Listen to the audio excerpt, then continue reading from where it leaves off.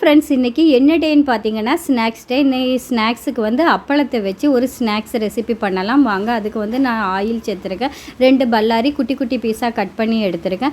இதை வந்து நல்லா வதக்கிக்கிடலாம். அப்புறம் இஞ்சி பூண்டு பேஸ்ட்டு சதைச்சது, அப்புறம் கரம் மசாலா இவ்வளோத்தையும் சேர்த்துக்கிட்டு இதையும் வந்து நம்ம பச்சை மணம் போகிற வரைக்கும் வதக்கிக்கிட்டு கொஞ்சம் வத்தல் தூள் பெருஞ்சீரத்தூள் இவ்வளவும் போட்டு நல்லா ஸ்லிம்மில் வச்சு நல்லா வதக்கி எடுத்துக்கிடுவோம். கடைசியாக கொஞ்சம் கொத்தமல்லி கீரை வந்து ஆட் பண்ணிக்கிடுவோம். இது வந்து வப்பட ஸ்டஃபிங் வந்து ரொம்பவே நல்லாயிருக்கும். இது கூட வைக்க கொஞ்சம் 6 காடை முட்டை நான் எடுத்திருக்கேன். இந்த காடை முட்டையை வந்து அப்படியே நல்லா உளிச்சு எடுத்து வச்சுக்கிடலாம்.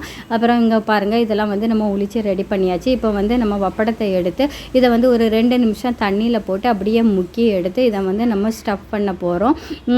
வப்படம் எடுக்கும்போது கொஞ்சம் பெரிய வப்படமாக எடுத்துக்கிடுங்க, அப்போ தான் ஸ்டஃப் பண்ணால் நல்லா வரும். இந்த ஸ்டஃபிங்காக வந்து நான் வந்து மைதா மாவு வந்து கரைச்சி வச்சுருக்கேன், 1 டேபிள் ஸ்பூன் மைதா மாவும். இப்போ காடை முட்டையை வந்து நான் 2ஆக வந்து கட் பண்ணி எடுத்துக்கிட போகிறேன். நீங்கள் காடை முட்டை இல்லைன்னா வந்து பெரிய முட்டையை எடுத்துக்கிட்டு அதை வந்து குட்டி குட்டி பீஸாக கட் பண்ணுங்க. அப்போ தான் வந்து நம்மளுக்கு ஸ்டஃபிங் வந்து வைக்கும்போது அழகாக இருக்கும். அதே மாதிரி வப்படம் எடுக்கும்போது வந்து நீங்கள் சின்ன வப்படமாக எடுக்காமல் கொஞ்சம் பெரிய சைஸ் வப்படமாக எடுங்க.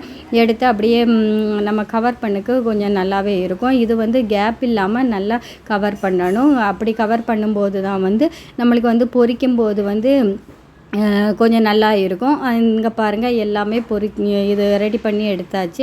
நம்ம பொரிக்கும்போது அந்த இடையில ஏதாவது கேப் இருந்துன்னு வச்சுக்கிடுங்களேன், அது வந்து எண்ணெய் உள்ளே போய் எண்ணெய் உறிஞ்ச மாதிரி ஒரு மாதிரி இருக்கும், அது நல்லா இருக்காது. அதனால எல்லாமே ஃபுல்லாக நல்லா கவர் பண்ணி நல்லா மீடியம் ஃப்ளேமில் வச்சு அப்பளம் பொரிப்போம்ல அந்த ஃப்ளேமில் வச்சு குயிக்காக ரெடி பண்ணி எடுத்துடலாம். இது ரொம்ப நேரம் இருந்தால் கரிஞ்சு போகும். இவ்வளோதான் ஃப்ரெண்ட்ஸ். என்னோடய வீடியோ பிடிச்சிருந்தா லைக் பண்ணி ஷேர் பண்ணி சப்ஸ்கிரைப் பண்ணுங்கள் ஃப்ரெண்ட்ஸ்.